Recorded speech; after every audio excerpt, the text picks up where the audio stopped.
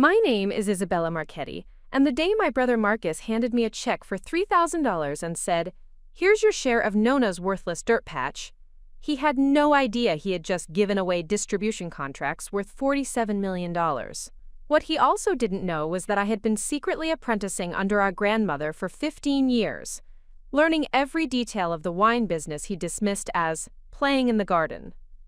But that humiliation in the lawyer's office was only the beginning, because when I discovered what they had actually sold, the buyers were already preparing to demolish everything our family had built for 4 generations.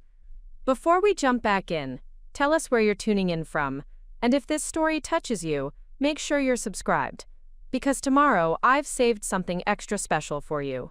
The morning of February 14th began with the kind of biting Northern California wind that strips the last dignity from winter bare grapevines. I stood in the parking lot of Henderson and Associates Legal Services, clutching a manila folder containing documents I had never been allowed to see, watching my siblings emerge from matching luxury vehicles that seemed to mock the gravity of what we were about to finalize. Marcus stepped out of his silver Tesla wearing a charcoal suit that probably cost more than my monthly rent, his expression carrying that familiar mixture of impatience and condescension that had defined our relationship since childhood. Behind him, my sister Sophia emerged from her white Range Rover, her designer heels clicking against the asphalt with the precision of someone who had never doubted her place in the world. Both of them moved with the confidence of people who had already decided the outcome of today's meeting before it began.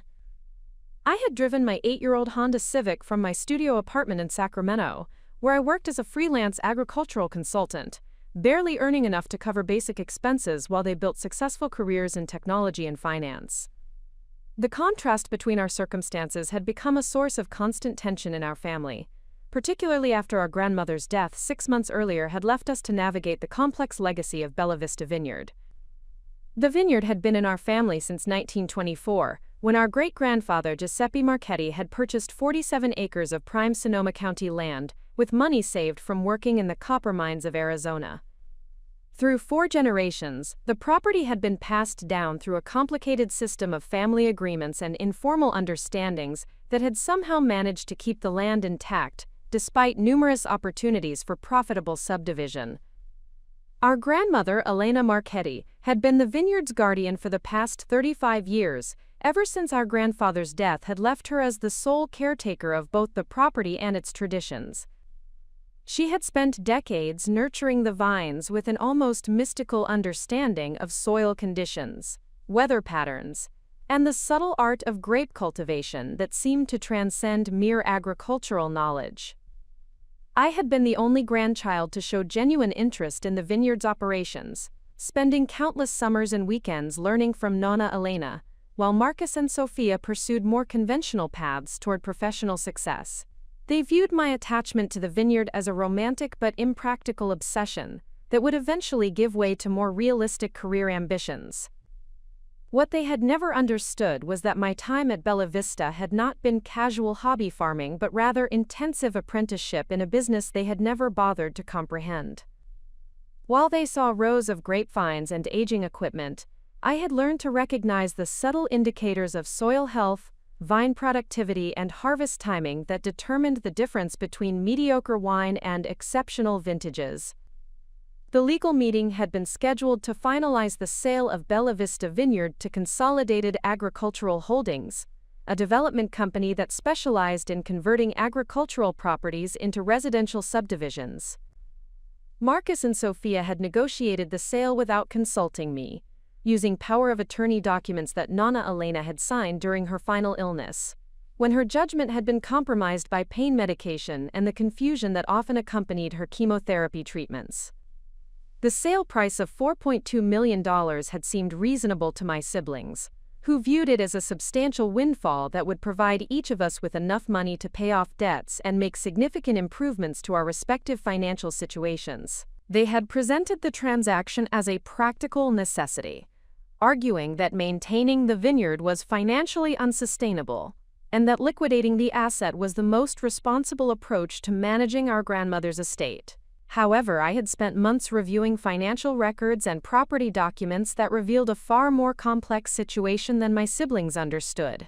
The vineyard's apparent lack of profitability had been largely the result of our grandmother's deliberate strategy of reinvesting all revenue into land improvements, equipment upgrades, and long-term contracts that would not generate immediate returns, but would establish the foundation for extraordinary future growth. As we walked toward the building entrance, I tried once more to convince Marcus and Sophia to postpone the sale until we could conduct a more thorough analysis of the vineyard's true value. My research had revealed several elements of our grandmother's business operations that had not been disclosed in the initial estate evaluation, including distribution agreements and exclusive contracts that might significantly alter the property's worth. Marcus dismissed my concerns with the patronizing tone he had perfected during his years as a software executive. He reminded me that the buyer had already committed to the purchase price and that delaying the transaction would likely result in losing the sale entirely. He also pointed out that my background in agricultural consulting, while perhaps relevant to farming operations,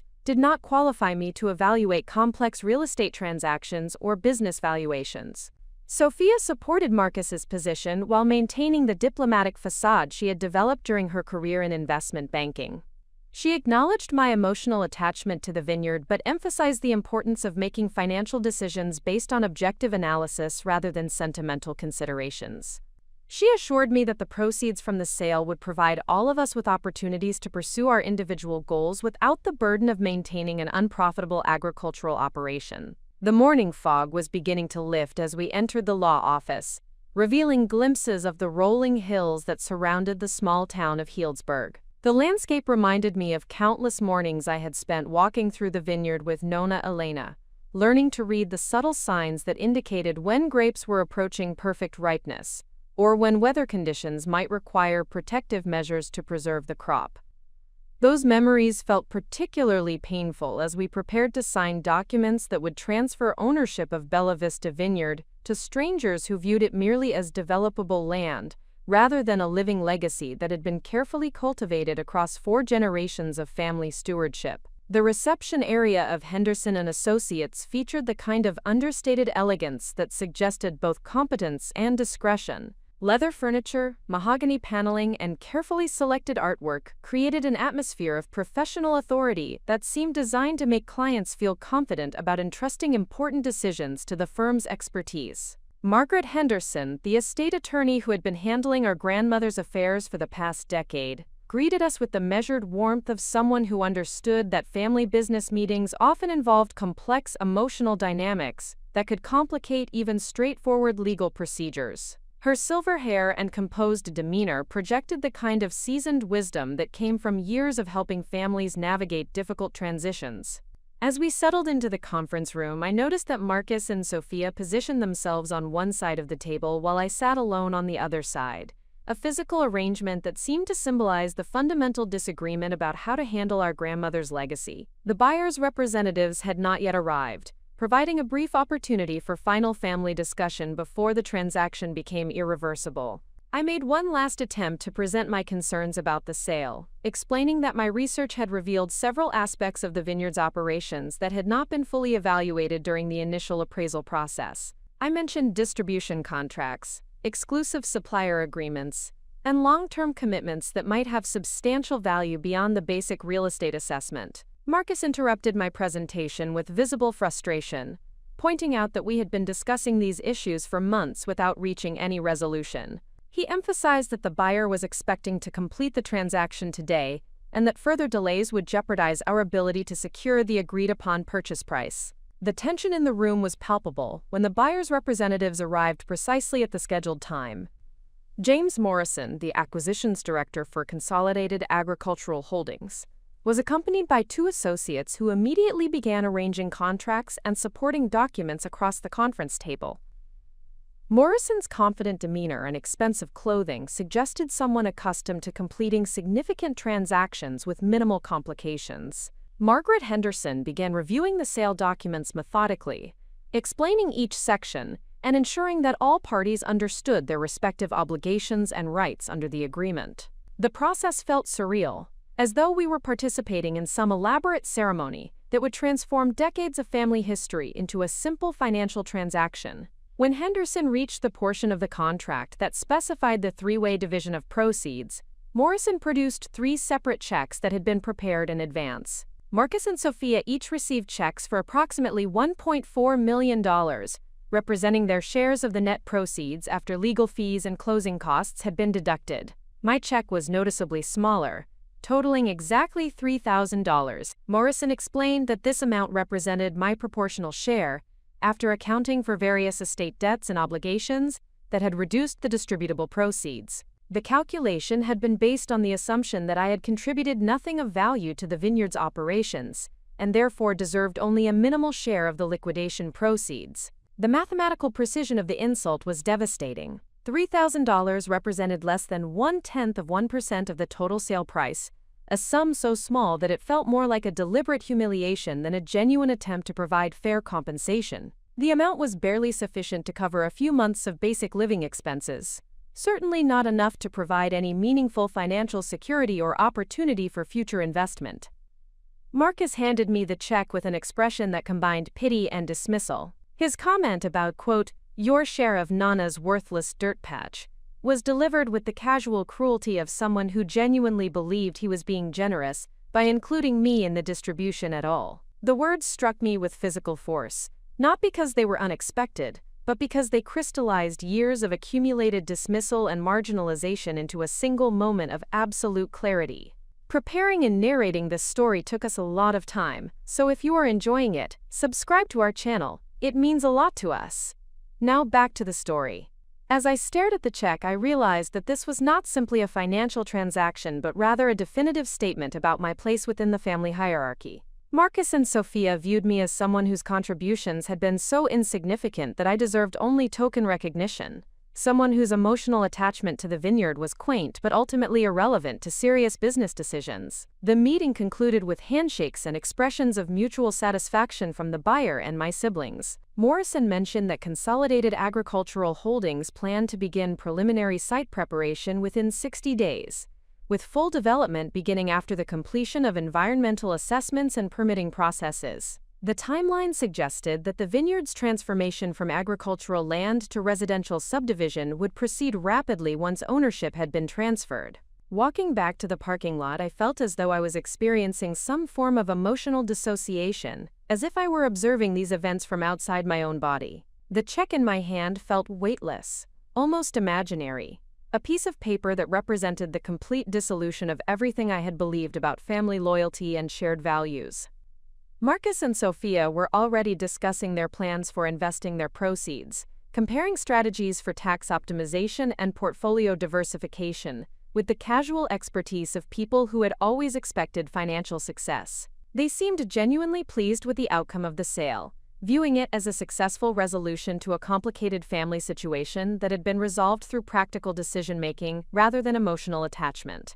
As they drove away in their luxury vehicles, I remained standing beside my Honda Civic, staring at the check that represented the supposed value of 15 years of dedicated work, countless hours of learning traditional winemaking techniques, and an emotional investment in preserving family legacy that my siblings had never understood or appreciated. The devastating realization that began to crystallize during those moments in the parking lot was not simply that I had been financially cheated, although the monetary disparity was certainly painful. The deeper wound was the recognition that Marcus and Sophia had never considered me a legitimate stakeholder in family decisions, despite my years of involvement with the Vineyard's operations. They had not consulted me about the sale because they genuinely believed that my opinions were irrelevant to important business decisions.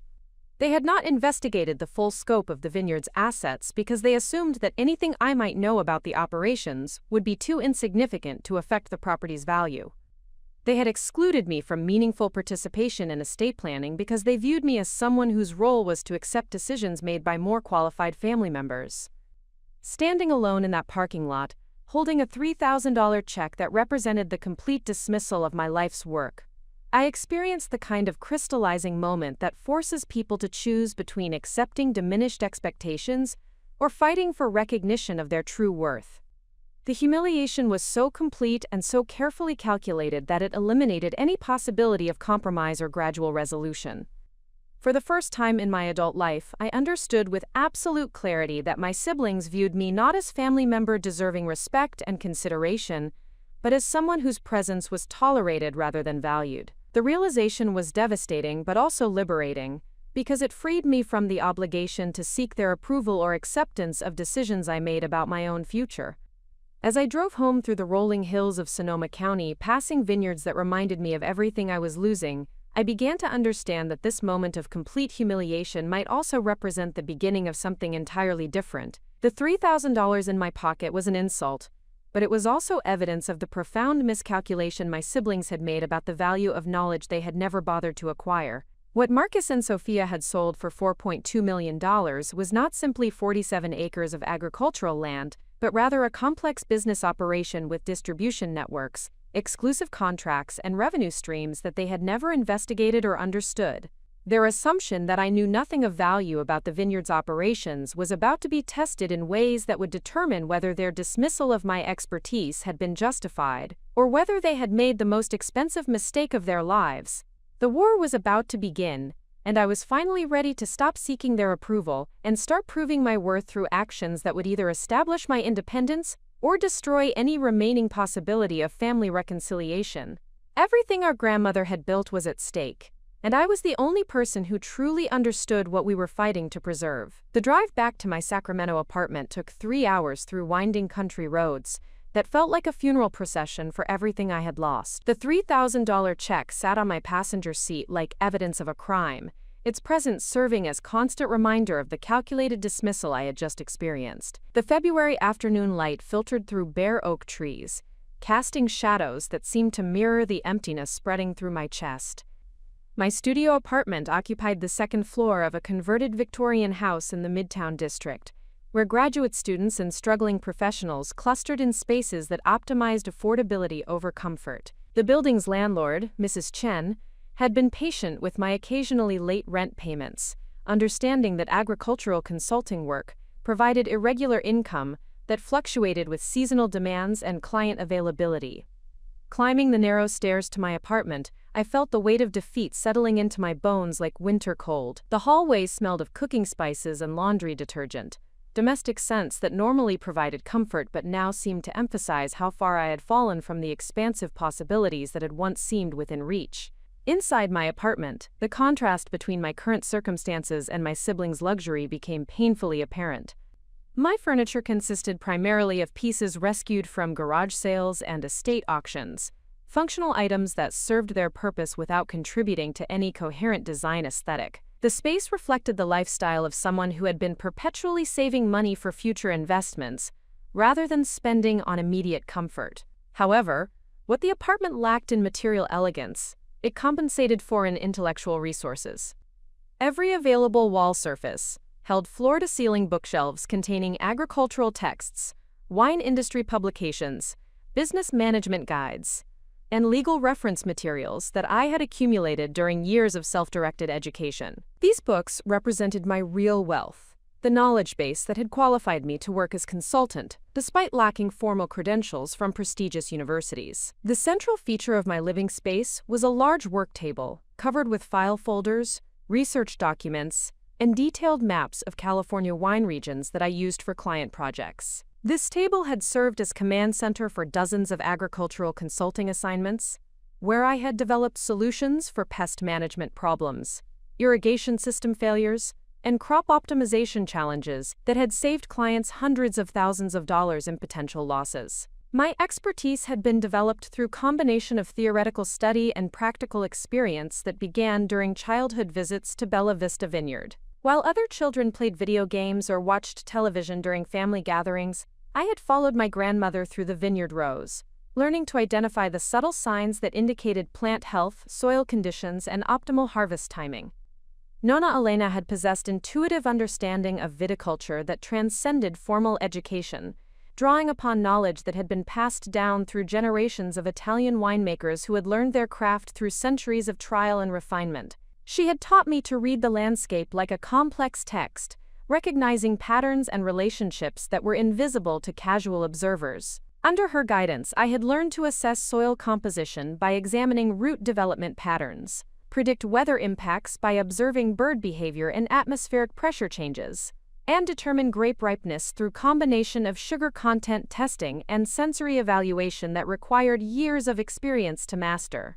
These skills had proven invaluable during my consulting work, where clients often faced problems that required understanding complex interactions between environmental factors and agricultural practices. What my siblings had never recognized was that my informal education had been supplemented by extensive formal study through online courses, industry certifications, and professional development programs that had provided me with business management skills alongside agricultural expertise.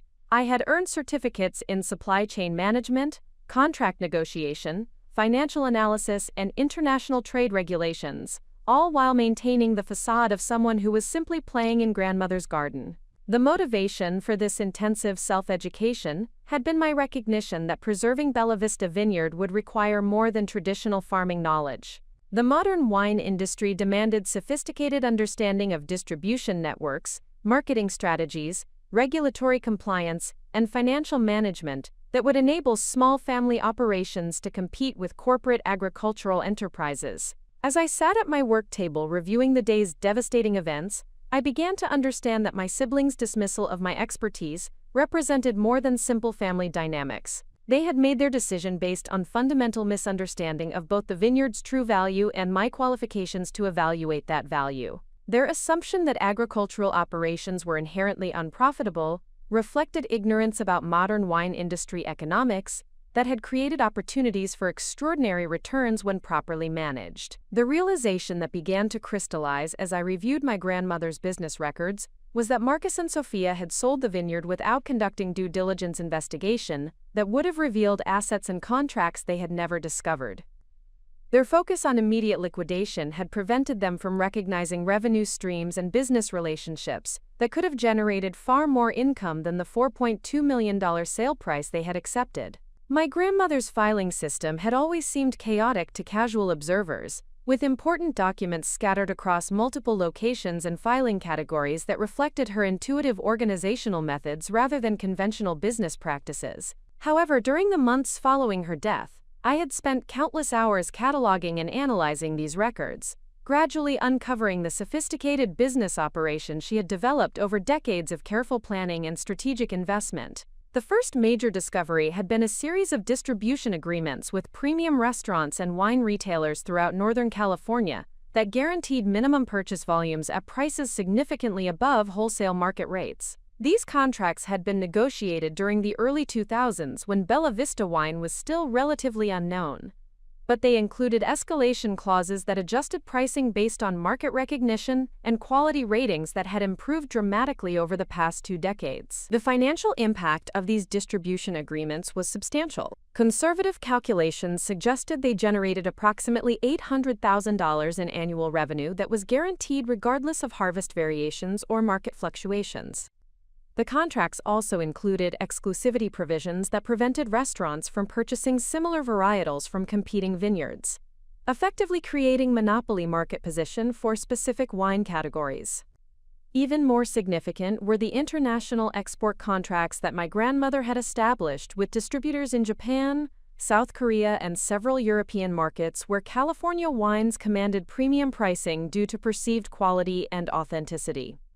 These agreements had taken years to negotiate and required compliance with complex regulatory standards that created substantial barriers to entry for competing producers.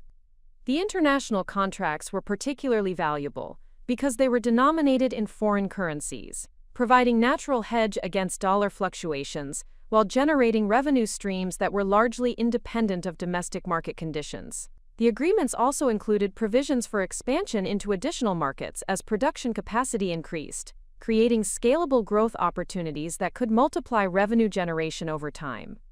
Perhaps most importantly, I had discovered that my grandmother had been systematically investing in vineyard improvements and equipment upgrades that would dramatically increase production capacity and wine quality over the next 5 to 10 years. These investments included soil enhancement programs, advanced irrigation systems, temperature-controlled fermentation facilities, and aging infrastructure that would enable production of premium wines commanding substantially higher prices than current offerings. The timing of these investments reflected my grandmother's sophisticated understanding of wine industry cycles and market development patterns. She had anticipated growing demand for premium California wines in Asian markets, and had positioned Bella Vista Vineyard to capitalize on opportunities that were just beginning to emerge, as her health declined and prevented her from implementing the full scope of her expansion plans. The documentation for these investments and future projections filled 3 large file boxes that my siblings had never examined, assuming they contained routine paperwork rather than strategic business plans worth millions of dollars. The oversight was understandable given their lack of agricultural industry knowledge, but it represented catastrophic failure to conduct proper due diligence before making irreversible decisions about asset disposition. As I reviewed financial projections and market analysis documents that my grandmother had prepared with help from industry consultants, I began to understand the true magnitude of what had been lost through the hasty sale to Consolidated Agricultural Holdings. Conservative estimates suggested the vineyard's value should have been assessed at $12 to $15 million, based solely on existing contracts and infrastructure improvements, not including the potential upside from expansion plans and market development initiatives. The $3,000 check that represented my share of the liquidation proceeds was not simply inadequate compensation, but rather evidence of the profound miscalculation that had occurred when business decisions were made by people who lacked relevant expertise and had no understanding of the assets they were disposing of. However, the most devastating aspect of reviewing these documents was the realization that my grandmother had been preparing to transfer operational control of the vineyard to me during the months before her death. Her notes included detailed succession plans that would have provided me with management authority, while ensuring that Marcus and Sophia received fair financial compensation for their inherited interests, without requiring liquidation of the underlying business operation. The succession plan had been structured to recognize my unique qualifications and emotional investment in the vineyard's continued operation, while addressing my siblings' preference for immediate financial return rather than long-term agricultural involvement. The arrangement would have enabled everyone's interest to be satisfied without destroying the business enterprise that had been built over 4 generations of family stewardship. My grandmother's declining health had prevented her from finalizing these succession arrangements before Marcus and Sophia obtained power of attorney authorization and began pursuing immediate liquidation. The timing had been particularly unfortunate because she had been in advanced negotiations with several potential partners who were interested in providing capital investment for expansion plans that could have doubled or tripled the vineyard's revenue generation within 5 years. The discovery of these succession plans and partnership opportunities created emotional devastation that went beyond simple financial loss. My grandmother had recognized my qualifications and had been actively working to ensure that her life's work would be preserved and developed by someone who understood its true value and potential. Her death had prevented her from protecting the vineyard from siblings who viewed it as burden rather than opportunity. Sitting alone in my cramped apartment, surrounded by evidence of opportunities that had been destroyed through ignorance and impatience, I experienced the kind of crystallizing anger that eliminates self-doubt and creates absolute determination to fight for justice. The humiliation inflicted by Marcus and Sophia had been predicated on their assumption that I lacked knowledge and capabilities necessary to challenge their decisions. But their assumption was about to be tested in ways they had never anticipated. The $3,000 check they had given me was intended as dismissal, a token payment designed to eliminate any claims I might have on estate assets, while providing them with legal protection against future challenges. However, what they had actually provided was evidence of the fraudulent undervaluation that had occurred when they sold assets without proper investigation or expert consultation. More importantly, their hasty sale had created time pressure that might work to my advantage if I could develop strategy for challenging the transaction before Consolidated Agricultural Holdings completed their acquisition and began irreversible development activities. The 60-day timeline Morrison had mentioned for preliminary site preparation suggested that legal challenges needed to be initiated immediately if there was any possibility of preventing the vineyard's destruction. The realization that began to form as I reviewed legal documents and contract provisions was that my siblings might have unknowingly violated fiduciary duties they owed to estate beneficiaries by failing to conduct proper valuation analysis before disposing of inherited assets. Their power of attorney authorization might not have provided legal authority for decisions that resulted in substantial financial losses due to inadequate investigation and professional consultation. Even more promising was the possibility that the sale contract with Consolidated Agricultural Holdings might be voidable, if it could be demonstrated that the purchase price was so far below fair market value that it constituted unconscionable transaction. The company's willingness to proceed rapidly with development activities suggested they understood they had obtained valuable property at substantially below market pricing. The legal research required to evaluate these possibilities would demand expertise I did not currently possess, but the potential financial stakes justified significant investment in professional consultation and legal representation. The challenge would be finding attorneys who understood both real estate law and agricultural business valuation, while being willing to work on contingency basis that would not require upfront payments I could not afford. As evenings settled over Sacramento, I realized that the devastating humiliation inflicted by my siblings had activated knowledge and determination that might never have emerged under less extreme circumstances. Their dismissal of my expertise had been so complete and so deliberately insulting that it had eliminated any possibility of compromise or gradual resolution. The war they had initiated by excluding me from meaningful participation in estate decisions would be fought with weapons they had never bothered to understand: agricultural industry knowledge, business analysis capabilities, and legal strategies that could potentially reverse their apparent victory and establish my credibility through demonstration rather than argument.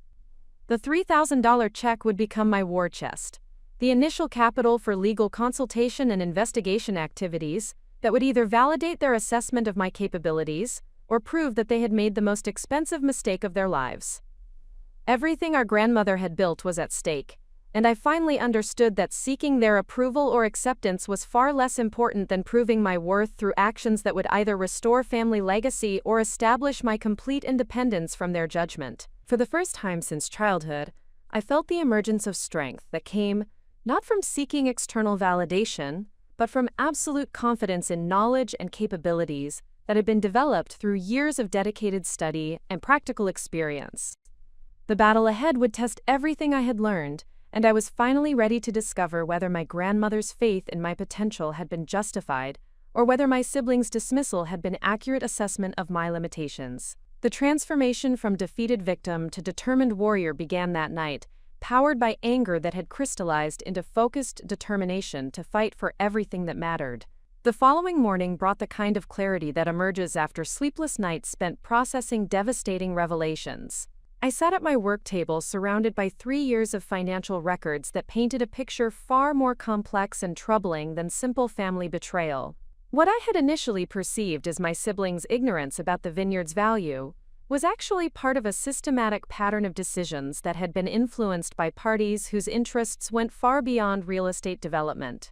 My deeper analysis of the sale documentation revealed that Consolidated Agricultural Holdings was not an independent buyer seeking profitable investment opportunities, but rather a subsidiary of Meridian Development Corporation, one of California's largest residential construction companies.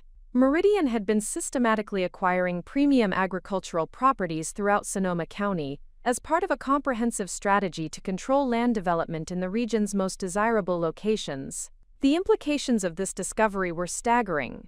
Marcus and Sophia had not simply made an impulsive decision to liquidate inherited property, but had actually participated in a coordinated effort to transfer prime agricultural land from family ownership to corporate control, at prices that were deliberately structured to appear reasonable while being substantially below actual market value.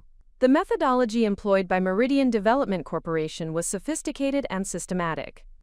Their research revealed that the company employed teams of specialists whose primary responsibility was identifying family-owned agricultural properties, where inheritance disputes, financial pressures, or generational transitions created opportunities for acquiring valuable land at reduced prices. The strategy involved multiple stages of preparation and manipulation that were designed to create circumstances favorable to corporate acquisition, while maintaining legal compliance and avoiding obvious evidence of fraudulent practices. The first stage involved comprehensive research into family dynamics, financial circumstances, and property ownership structures that identified potential vulnerabilities that could be exploited during negotiation processes. The second stage involved establishing relationships with estate attorneys, financial advisors, and other professionals who could influence family decision-making by providing advice that favored immediate liquidation over long-term property retention. These professionals received consulting fees, referral payments, and other financial incentives that created conflicts of interest while maintaining appearances of independent professional judgment. The third stage involved presenting purchase offers that were structured to appear generous when compared to artificially low property valuations that had been prepared by appraisers who specialized in agricultural property assessments for development companies. These appraisals systematically undervalued revenue-generating assets, future development potential, and unique market advantages that made properties worth substantially more than basic land valuations suggested. The documentation I discovered revealed that Margaret Henderson, the estate attorney who had handled our grandmother's affairs, had received retainer payments from Meridian Development Corporation dating back 3 years, long before our grandmother's death had created the inheritance situation that led to the Vineyard's sale. Henderson's legal advice had consistently favored immediate liquidation over alternative arrangements that would have preserved family ownership while providing financial benefits to all beneficiaries. Similarly, the property appraisal that had established the $4.2 million sale price had been prepared by Richardson Associates, an appraisal firm that derived more than 60% of its revenue from development companies seeking to acquire agricultural properties for conversion to residential use. The appraisal had systematically ignored distribution contracts, infrastructure improvements, and market positioning advantages that should have been included in comprehensive property valuation. The financial analysis that had convinced Marcus and Sophia to accept the sale offer had been prepared by Thomas Financial Services, a consulting firm that specialized in estate planning for families with significant agricultural holdings. The analysis had projected declining profitability for California wine industry operations, while recommending immediate asset liquidation as optimal strategy for maximizing inheritance value for beneficiaries who lacked agricultural expertise. The coordination between these various professional service providers suggested a level of systematic manipulation that went far beyond individual conflicts of interest or professional incompetence. Meridian Development Corporation had created an entire ecosystem of advisors and specialists whose financial incentives were aligned with corporate acquisition objectives rather than client interests, ensuring that family decision-making would be influenced toward outcomes that benefited the development company. Even more disturbing was my discovery that this pattern had been replicated across dozens of similar transactions throughout Northern California over the past 5 years. Meridian had acquired more than 2,000 acres of premium agricultural land through transactions that followed identical patterns of professional coordination, family influence, and systematic undervaluation that had characterized the Bella Vista Vineyard sale. The scale of this operation suggested that what I had experienced was not isolated incident of corporate opportunism, but rather component of deliberate strategy to consolidate ownership of California's most valuable agricultural properties under corporate control. The implications extended far beyond individual family losses to encompass fundamental changes in land ownership patterns that would reshape entire regional economies and agricultural traditions. The investigation also revealed that Consolidated Agricultural Holdings had no intention of developing the vineyard property for residential use, despite the representations made during the sale process. Internal communications that I obtained through public records requests showed that the company planned to operate Bella Vista Vineyard as commercial wine production facility, while eliminating the distribution contracts and market relationships that had made the property uniquely valuable. The development company's actual strategy involved consolidating multiple vineyard acquisitions into single large-scale operation that would benefit from economies of scale, while eliminating the premium pricing and market positioning that small family operations had achieved through decades of careful cultivation and relationship building. The residential development narrative had been used primarily to justify rapid acquisition timelines and to discourage families from conducting thorough investigation of alternative options. This revelation transformed my understanding of what had been lost through the vineyard sale. Marcus and Sophia had not simply liquidated agricultural property that they were unqualified to manage, but had actually transferred sophisticated business enterprise to competitors who intended to eliminate the unique advantages that our family had spent generations developing. The distribution contracts that would have generated $800,000 in annual revenue were scheduled for cancellation within 6 months of the property transfer, with client relationships being redirected to other Meridian-owned facilities that could provide similar products at lower prices due to larger-scale operations. The premium market positioning that had taken decades to establish would be dissolved in favor of mass-market strategies that prioritized volume over quality and profitability. The infrastructure improvements that my grandmother had implemented to support premium wine production would be repurposed for standard commercial operations that would generate higher volumes of lower-quality products, eliminating the market differentiation that had enabled Bella Vista wines to command premium pricing in domestic and international markets. Perhaps most devastating was the realization that the international export contracts that had provided currency diversification and access to high-value Asian markets would be terminated and replaced with bulk export arrangements that would generate higher volumes at substantially lower profit margins. The relationships with distributors in Japan and South Korea that had taken years to develop and required continuous personal attention would be abandoned in favor of automated transaction processing that eliminated personal service elements that had differentiated Bella Vista wines from mass-market competitors. This systematic elimination of everything that had made Bella Vista Vineyard uniquely valuable was not accidental byproduct of corporate acquisition, but rather deliberate strategy to remove competitive threats while consolidating market share under centralized corporate control. Meridian Development Corporation was not developing real estate but rather eliminating competition, while acquiring production capacity at prices that were substantially below the value of the businesses being acquired.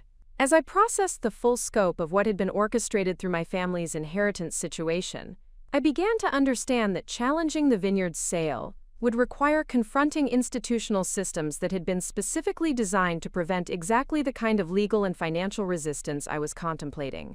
The estate attorney who should have protected our family's interests had been financially compromised by the acquiring company. The appraisal process that should have established fair market value had been manipulated by professionals whose income depended on undervaluing properties for development companies. The financial analysis that had influenced my siblings' decision-making had been prepared by consultants whose business model required recommending immediate liquidation rather than long-term value preservation. Even the legal framework governing estate transactions had been structured to favor rapid resolution over thorough investigation, with statutory timelines and procedural requirements that made challenging sales decisions extremely difficult once contracts had been executed and ownership transfers had been completed. The web of obstacles I faced in attempting to reverse the vineyard's sale extended beyond legal and financial challenges to encompass fundamental power imbalances between individual families and corporate entities that possessed unlimited resources for legal defense, political influence, and market manipulation. Meridian Development Corporation employed teams of attorneys who specialized in defending property acquisitions against challenges from former owners, with legal strategies that focused on procedural defenses rather than substantive evaluation of transaction fairness. The company also maintained relationships with political officials and regulatory agencies that could influence permit processes, environmental assessments, and zoning decisions that affected property development timelines. The financial resources available to corporate defendants were effectively unlimited when compared to individual plaintiffs who lacked access to capital markets and professional networks that enabled sustained legal challenges. Most families who discovered that they had been systematically defrauded during property sales lacked resources necessary to pursue complex litigation against corporate defendants who could afford to extend proceedings indefinitely through procedural motions and appeals. The psychological warfare employed by corporate legal teams was designed to exhaust individual challengers through processes that were deliberately complicated, time-consuming, and emotionally draining. The strategy relied on assumption that most people would eventually abandon legal challenges rather than endure years of expensive and uncertain litigation against defendants who were prepared to fight indefinitely. However, my analysis of previous challenges to similar transactions revealed that corporate defendants possessed significant vulnerabilities that could be exploited by plaintiffs who understood industry practices and possessed sufficient knowledge to identify procedural violations and substantive fraud that had occurred during acquisition processes. The systematic coordination between estate attorneys, appraisers, and financial advisors created extensive documentation of conflicts of interest that could be used to demonstrate pattern of professional misconduct that invalidated the advice provided to families during decision-making processes. The undervaluation of agricultural properties through biased appraisal processes created quantifiable damages that could be calculated based on subsequent property performance and comparable market transactions. Most importantly, the misrepresentation of development intentions and the systematic elimination of contract values after acquisition created evidence of fraudulent inducement that could potentially void sales contracts and require restoration of properties to original owners with compensation for damages resulting from temporary loss of control.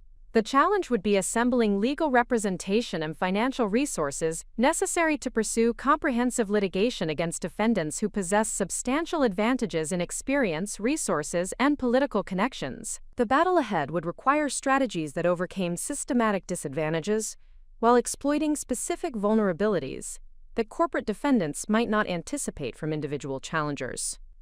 The transformation of my situation from simple family dispute to systematic corporate fraud investigation changed both the stakes involved and the strategies required for successful resolution. What had begun as effort to challenge my siblings' business judgment had evolved into campaign against institutional corruption that threatened agricultural traditions and family ownership patterns throughout California. The $3,000 check that had represented humiliating dismissal was about to become the initial capital for legal and investigative efforts that would either expose systematic fraud or demonstrate that individual families were powerless against corporate entities that had captured the professional and regulatory systems that were supposed to protect property owners from predatory acquisition practices. The scope of the battle ahead was intimidating, but the magnitude of what had been stolen through coordinated manipulation created determination that transcended personal interest and encompassed defense of principles that were fundamental to agricultural tradition and family enterprise preservation. The breakthrough in my investigation came from an unexpected source on a Thursday morning when Mrs. Chen knocked on my apartment door with unusual urgency. She held an envelope that had been delivered by courier service, marked with legal return address that I did not recognize. The sender was identified as Dr. Victoria Castellano, attorney at law, with offices in San Francisco, and a notation that the correspondence was both confidential and time-sensitive. Inside the envelope was a letter written on letterhead that conveyed both professional authority and personal attention to detail. Dr. Castellano explained that she had been monitoring public records related to agricultural property transactions throughout Northern California as part of ongoing research into corporate acquisition patterns that had raised concerns among legal professionals who specialized in estate planning and agricultural law.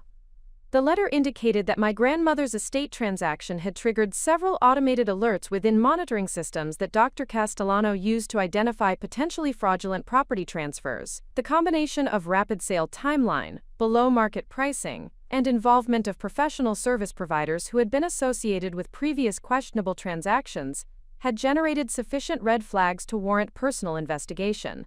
Dr. Castellano requested a meeting to discuss my family's experience with the Vineyard sale, and to explore whether legal remedies might be available to address what appeared to be systematic violation of fiduciary duties owed to estate beneficiaries. The letter emphasized that initial consultation would be provided without charge and that any subsequent legal representation would be structured to align attorney compensation with successful recovery of damages rather than requiring upfront payments. The timing of this unexpected contact felt almost supernatural, arriving precisely when my own investigation had revealed the scope of institutional corruption that had orchestrated the Vineyard's sale while my resources for challenging the transaction remained severely limited. The possibility that experienced legal professional might be willing to provide assistance without requiring immediate payment created the first genuine hope I had experienced since discovering the true circumstances surrounding our family's property loss.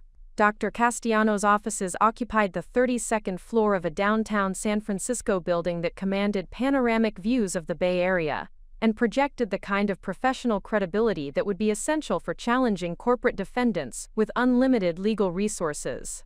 The reception area featured awards and recognition certificates that documented decades of successful representation in complex litigation involving agricultural property disputes and corporate fraud cases.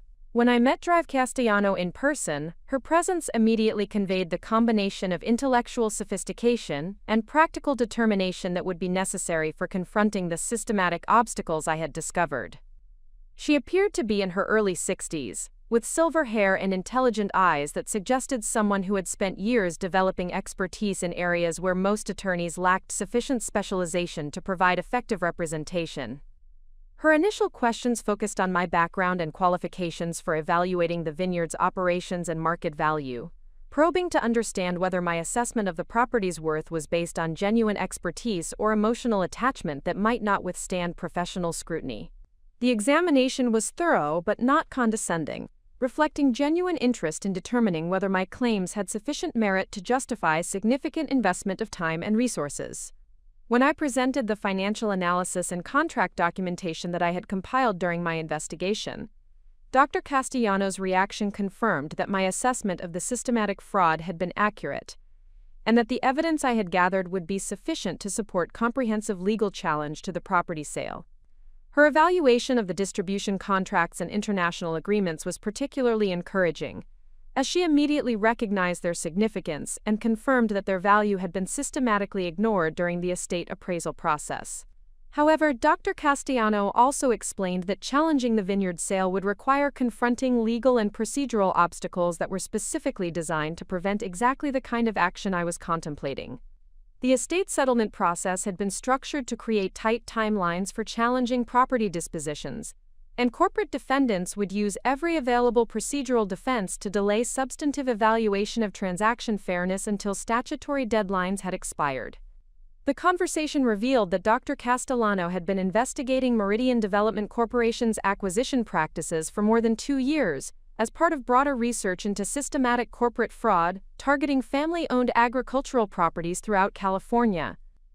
Her work had identified patterns of professional coordination and deliberate undervaluation that had resulted in the transfer of more than 50,000 acres of prime agricultural land, from family ownership to corporate control, at prices that were substantially below fair market value. The scope of Dr. Castellano's investigation provided context that transformed my family's experience from isolated incident of corporate opportunism into component of comprehensive strategy to reshape California agricultural ownership patterns through systematic exploitation of inheritance processes and family financial pressures. The legal implications extended far beyond individual property recovery to encompass fundamental questions about fiduciary responsibility and regulatory oversight that had enabled predatory acquisition practices to operate without effective challenge. Dr. Castellano explained that successful litigation against Meridian Development Corporation would require comprehensive strategy that addressed multiple levels of misconduct, while anticipating defense tactics that had been developed through years of experience defending similar challenges. The corporate legal team would focus on procedural defenses that avoided substantive evaluation of transaction fairness, requiring plaintiff strategies that forced examination of underlying fraud while meeting all technical requirements for challenging completed property transfers. The financial resources required for pursuing comprehensive litigation against well-funded corporate defendants would be substantial, involving expert witness testimony, extensive document discovery, and prolonged court proceedings that could extend over several years. However, Dr. Castellano indicated that she was prepared to provide representation on contingency basis that would align attorney compensation with successful recovery, while minimizing immediate financial burden on clients who lacked resources for upfront legal expenses. More importantly, Dr. Castellano revealed that she had been developing coalition of families who had experienced similar systematic fraud during agricultural property transactions, creating opportunity for coordinated legal action that would provide economies of scale while strengthening individual cases through demonstration of systematic corporate misconduct patterns. The coalition approach would enable sharing of investigation costs and expert witness expenses, while creating political pressure for regulatory reforms that would prevent future occurrences of similar fraud. The coalition included families from throughout Northern California who had lost vineyard properties, organic farming operations, and specialty agricultural businesses through transactions that followed identical patterns of professional coordination and systematic undervaluation. The combined value of properties that had been transferred through fraudulent processes exceeded $200 million, creating potential damage claims that would justify significant investment in comprehensive litigation, while generating sufficient political attention to encourage regulatory intervention. Dr. Castellano's strategy involved coordinating individual property recovery lawsuits with broader pattern and practice litigation that would challenge the systematic corruption of professional service providers who had facilitated fraudulent transactions. The dual approach would create multiple pathways for recovery, while addressing institutional problems that had enabled corporate acquisition schemes to operate without effective oversight or accountability. The legal theory underlying the comprehensive challenge would focus on conspiracy claims that demonstrated coordination between estate attorneys, appraisers, financial advisors, and corporate acquirers to defraud property owners through systematic manipulation of inheritance processes. The conspiracy approach would enable recovery of punitive damages while establishing precedent that would deter future occurrences of similar systematic fraud. However, Dr. Castellano also emphasized that successful litigation would require plaintiff families to demonstrate sophisticated understanding of agricultural business operations and property valuation methods that would enable them to provide credible testimony about the systematic undervaluation that had occurred during their property transactions. The corporate defendants would challenge every aspect of plaintiff damage claims, requiring detailed documentation and expert analysis that supported assertions about actual property values and revenue generation potential. The conversation revealed that my extensive self-education in agricultural business management and wine industry operations would be crucial for establishing credibility of damage claims, while distinguishing my case from other families who lacked technical expertise necessary to challenge professional appraisal and financial analysis that had been used to justify below-market sale prices. My ability to provide detailed analysis of distribution contracts and market positioning advantages would be essential for demonstrating the specific elements of value that had been systematically ignored during the estate settlement process. Dr. Castellano's evaluation of my qualifications and evidence collection efforts confirmed that my case possessed several advantages that would strengthen the overall coalition effort while providing strong foundation for individual property recovery. The combination of documented professional misconduct, quantifiable damage calculations, and credible plaintiff testimony would create favorable conditions for successful litigation outcomes, while contributing to broader pattern demonstration that would benefit all coalition participants. The mentorship relationship that emerged from our initial meeting extended beyond traditional attorney-client representation to encompass comprehensive education about legal strategy, corporate litigation tactics, and agricultural property valuation methods that would enable me to participate effectively in complex proceedings while understanding the broader implications of systematic fraud that had targeted family agricultural operations throughout California. Dr. Castellano explained that successful challengers in corporate fraud cases required more than legal representation, needing strategic guidance about media relations, political advocacy, and coalition building that would create multiple forms of pressure on corporate defendants while building public support for regulatory reforms that would prevent future occurrences of similar systematic exploitation. The educational process would involve intensive preparation in legal procedures, testimony techniques, and document analysis that would enable me to serve as effective witness while understanding the strategic considerations that would determine litigation outcomes. The preparation would also include networking with other coalition families and agricultural industry professionals who could provide additional support and expertise during the challenging process of confronting well-funded corporate defendants.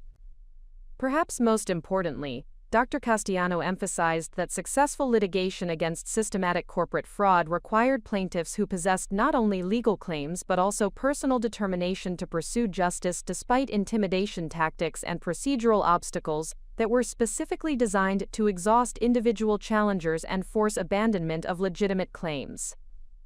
The psychological preparation for sustained litigation would be as important as legal strategy development in determining ultimate success.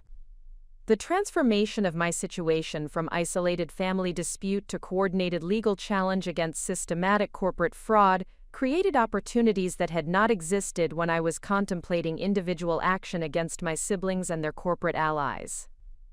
The coalition approach would provide resources, expertise, and strategic advantages that would enable confronting institutional obstacles that would have been insurmountable for individual plaintiff acting alone. The mentorship relationship with Dr. Castellano represented more than legal representation, providing access to professional network and strategic guidance that would enable me to develop capabilities necessary for participating effectively in complex litigation while contributing to broader reform efforts that could prevent future families from experiencing the systematic fraud that had destroyed our Vineyard legacy.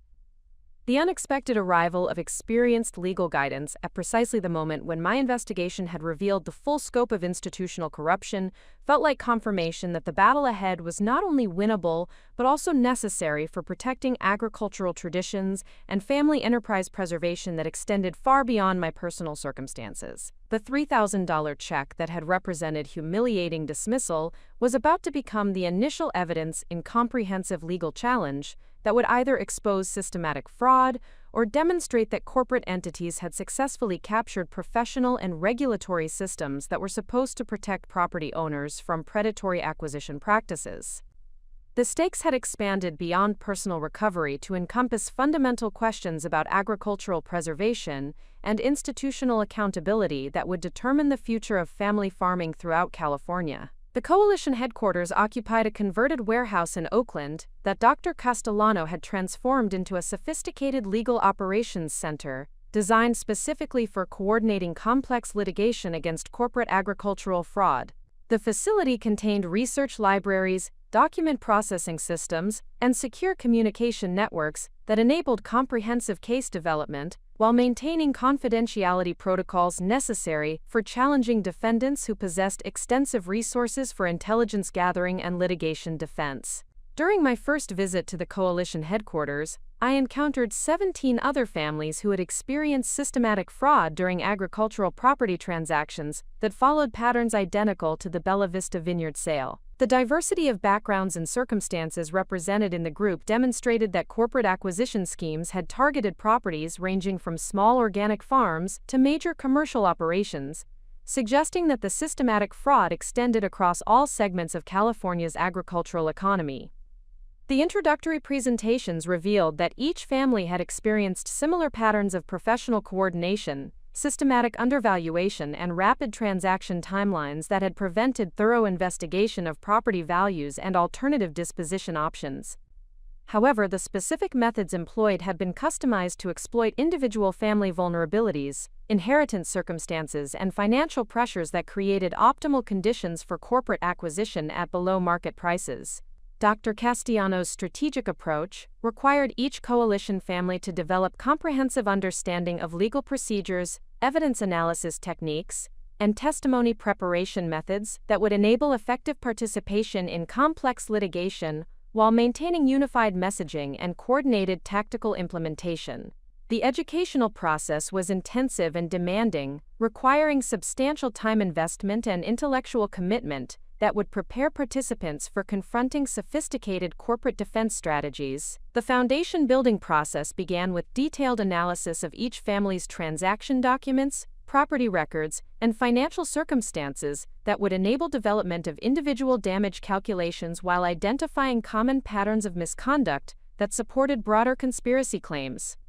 The document analysis required systematic review of thousands of pages of contracts, correspondence, and financial records that documented the coordination between estate attorneys, appraisers, and corporate representatives.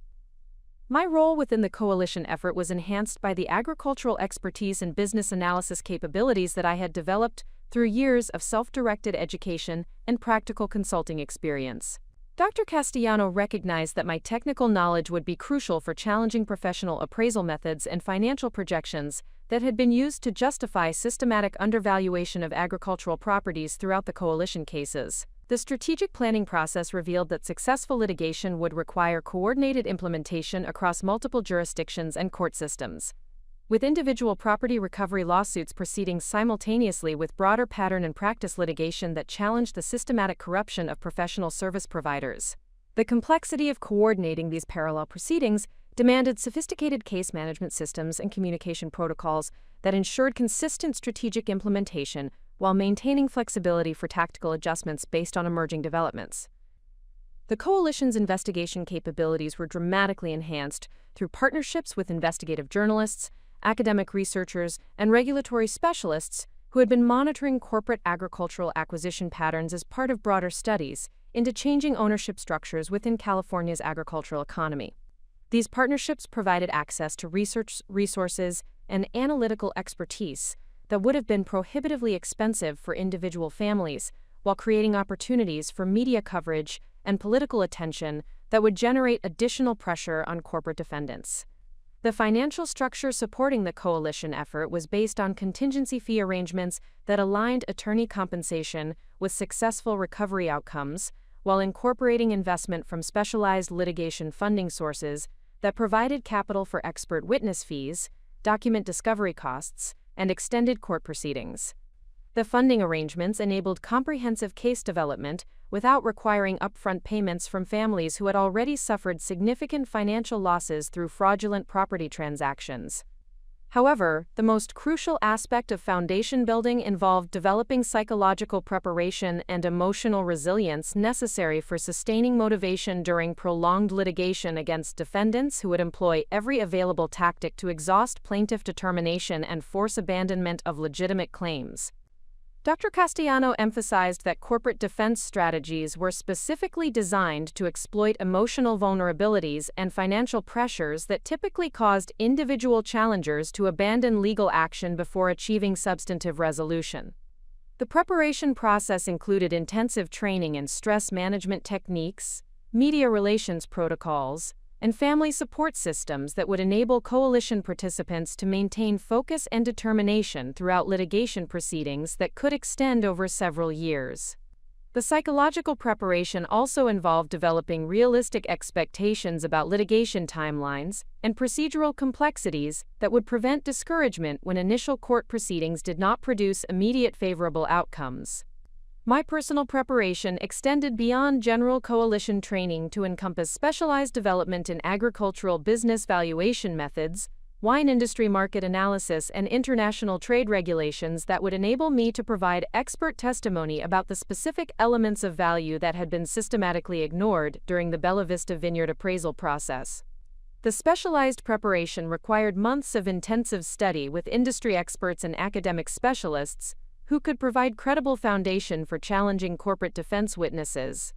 The coalition's research capabilities revealed that Meridian Development Corporation's acquisition schemes had been facilitated by systematic corruption within multiple professional associations and regulatory agencies that were responsible for oversight of estate planning, property appraisal, and agricultural business transactions. The corruption involved financial relationships and influence networks that had compromised professional standards while enabling systematic fraud to operate without effective accountability or intervention. The investigation identified specific individuals within professional associations who had received consulting fees, board positions, and other financial benefits from Meridian Development Corporation, in exchange for establishing policies and procedures that favored rapid property liquidation over thorough valuation analysis. The systematic corruption extended to continuing education programs, professional certification processes, and ethical guidelines that had been modified to accommodate corporate acquisition objectives, rather than protecting client interests. Similarly, the investigation revealed that regulatory agencies responsible for overseeing estate settlements and property transfers had been influenced through campaign contributions, lobbying activities, and personnel exchanges that created institutional bias toward approving transactions that benefited corporate acquirers rather than protecting individual property owners from systematic fraud. The regulatory capture had been implemented gradually over several years through coordinated influence campaigns that avoided obvious conflicts of interest while achieving systematic policy changes that facilitated predatory acquisition practices. The coalition's legal strategy incorporated these findings through comprehensive conspiracy claims that challenged not only individual property transactions, but also the institutional corruption that had enabled systematic fraud to operate without effective oversight. The conspiracy approach would enable recovery of punitive damages while establishing legal precedent that would deter future occurrences of similar institutional capture and professional misconduct. The strategic implementation required coordination with federal regulatory agencies, state attorney general offices, and congressional oversight committees that possessed authority to investigate institutional corruption and implement policy reforms that would prevent future systematic exploitation of agricultural property owners. The political dimensions of the coalition effort created opportunities for legislative hearings and regulatory investigations that would generate public attention while creating additional pressure on corporate defendants to negotiate settlement agreements rather than risk extended exposure through trial proceedings. The media strategy developed by Dr. Castellano's team focused on presenting coalition cases as representative examples of broader threats to agricultural preservation and family enterprise that resonated with public concerns about corporate consolidation and rural community preservation. The messaging emphasized economic impacts on local communities, environmental consequences of converting agricultural land to residential development, and cultural losses associated with eliminating family farming traditions that had defined California's agricultural heritage for generations. The documentary evidence supporting coalition cases was extensive and compelling, including recorded communications between corporate representatives and professional service providers that demonstrated deliberate coordination to defraud property owners through systematic manipulation of inheritance processes. The recordings provided direct evidence of conspiracy that would be difficult for corporate defendants to challenge, while supporting damage calculations based on actual property values rather than fraudulent appraisals. The coalition's expert witness network included nationally recognized authorities in agricultural economics, property valuation, estate planning, and professional ethics who could provide credible testimony about industry standards and regulatory requirements that had been violated through systematic corporate acquisition schemes. The expert testimony would establish foundation for both individual damage calculations and broader pattern claims that supported comprehensive recovery and institutional reform.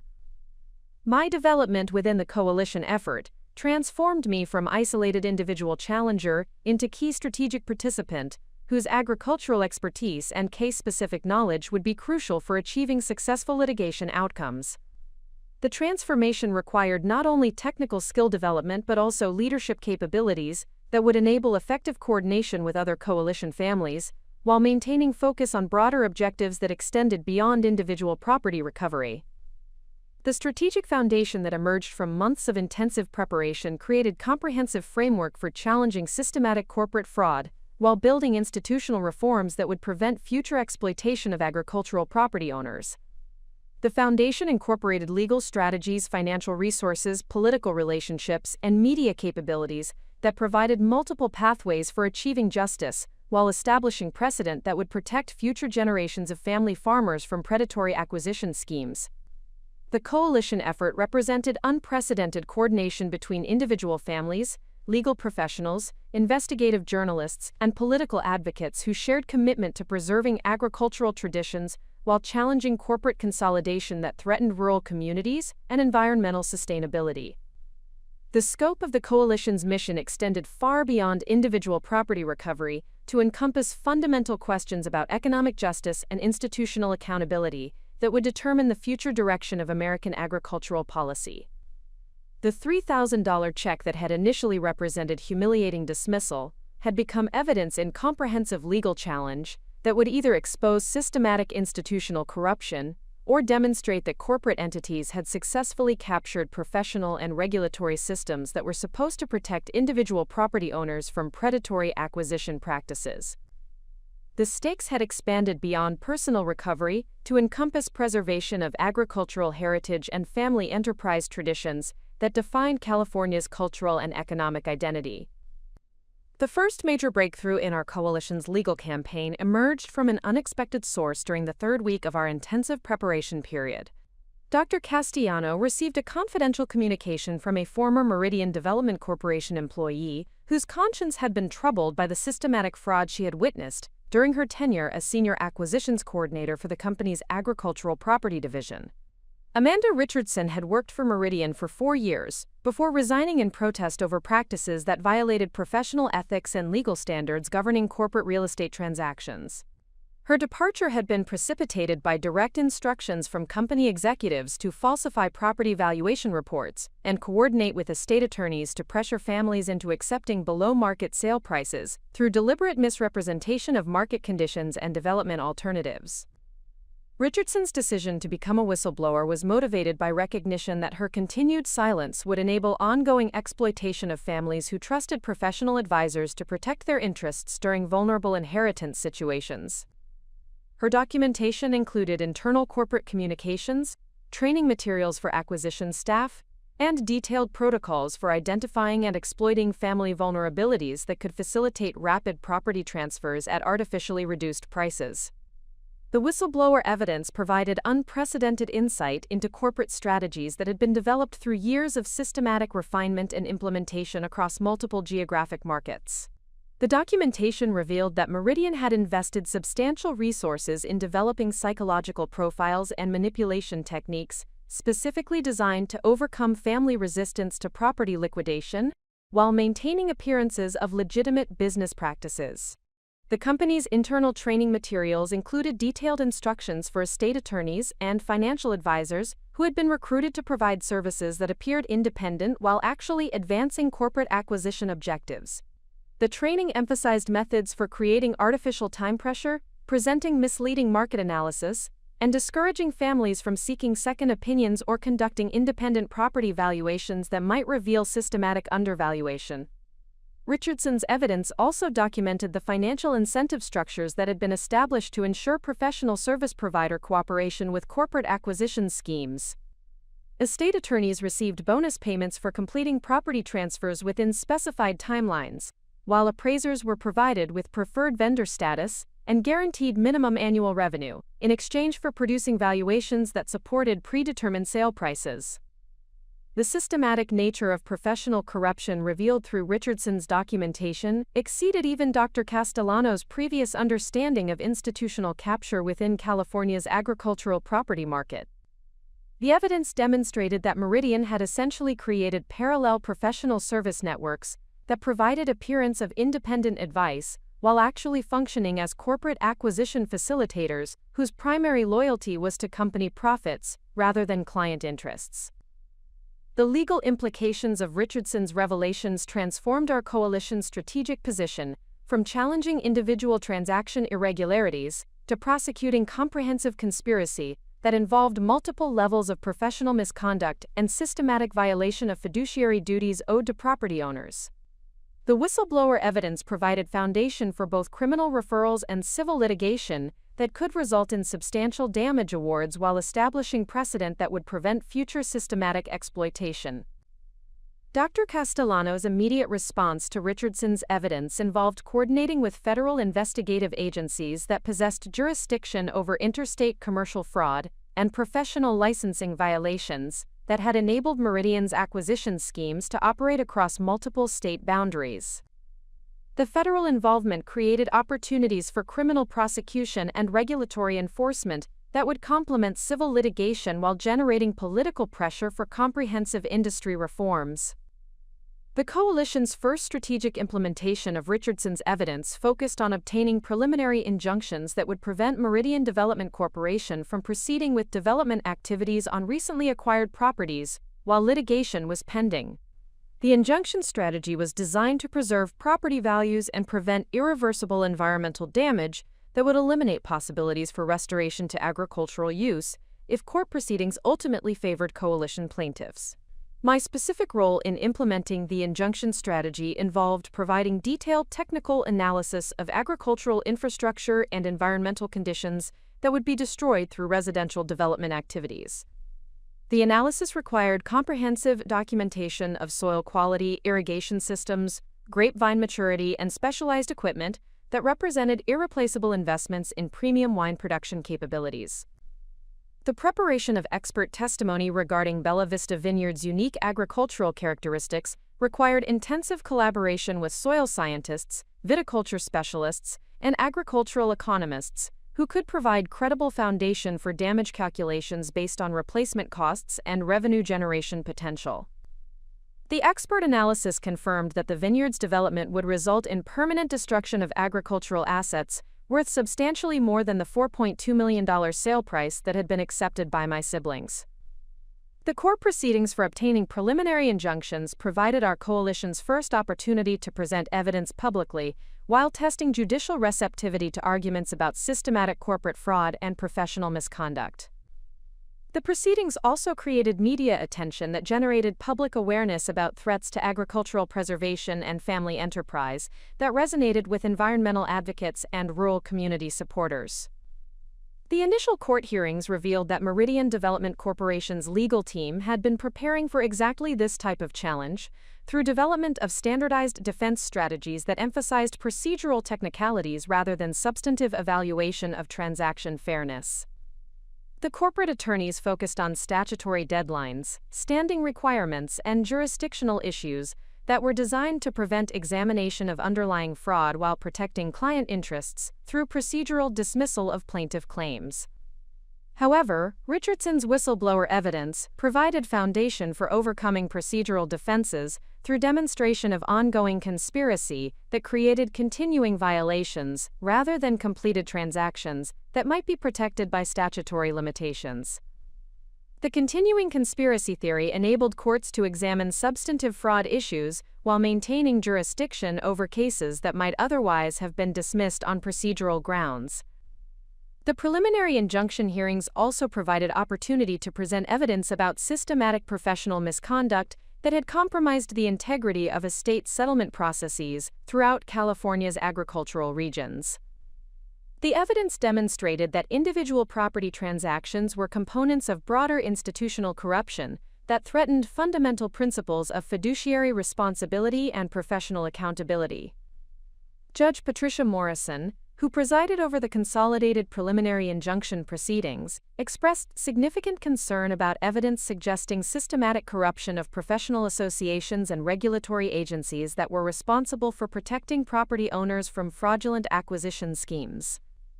Her questioning during hearings indicated receptivity to arguments about institutional reform that extended beyond individual property recovery to encompass comprehensive regulatory enforcement and professional discipline. The judicial response to coalition evidence exceeded expectations and provided foundation for strategic expansion beyond initial property recovery objectives toward comprehensive challenge of institutional corruption that had enabled systematic fraud to operate without effective oversight. The favorable judicial reception also created momentum for media coverage and political attention that would generate additional pressure on corporate defendants to negotiate resolution rather than risk extended exposure through trial proceedings. The preliminary injunction proceedings culminated in comprehensive court orders that halted development activities on all coalition properties while litigation was pending, preserved agricultural infrastructure and environmental conditions necessary for potential restoration to family ownership, and required corporate defendants to maintain detailed records of all activities related to acquired properties that might affect future damage calculations. The court orders represented significant strategic victory that demonstrated judicial recognition of coalition arguments while creating tactical advantages for subsequent litigation phases. The injunctions also generated substantial financial pressure on Meridian Development Corporation through delays in development timelines and increased carrying costs for properties that could not be developed while legal challenges were pending. The media coverage surrounding successful injunction proceedings created public awareness about systematic threats to agricultural preservation and family enterprise that generated political support for legislative hearings and regulatory investigations. The coverage emphasized economic impacts on rural communities, environmental consequences of converting agricultural land to residential development, and cultural significance of preserving family farming traditions that had defined California's agricultural heritage.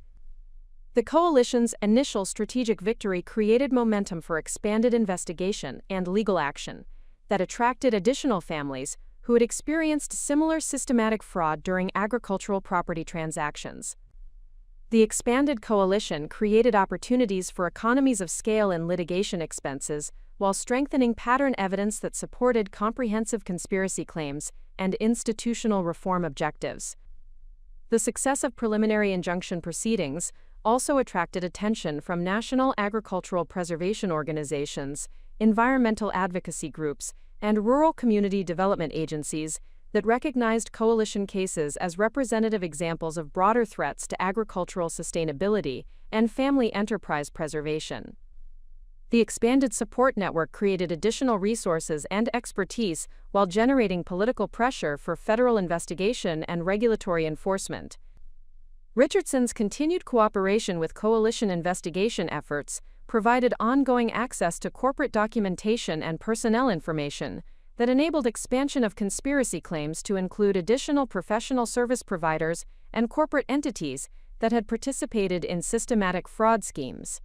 The expanded investigation revealed coordination between multiple development companies that had shared strategies and resources for acquiring agricultural properties through similar manipulation of inheritance processes. The strategic implementation of Richardson's evidence also created opportunities for criminal referrals to federal prosecutors who possessed authority to pursue conspiracy charges and professional licensing violations that would complement civil litigation while establishing criminal liability for systematic fraud. The criminal referrals generated additional pressure on professional service providers to cooperate with coalition investigation rather than risk personal liability for participation in corporate acquisition schemes. My personal involvement in strategic victory implementation enhanced my understanding of legal procedures and courtroom dynamics while building confidence in my ability to provide effective testimony during future trial proceedings.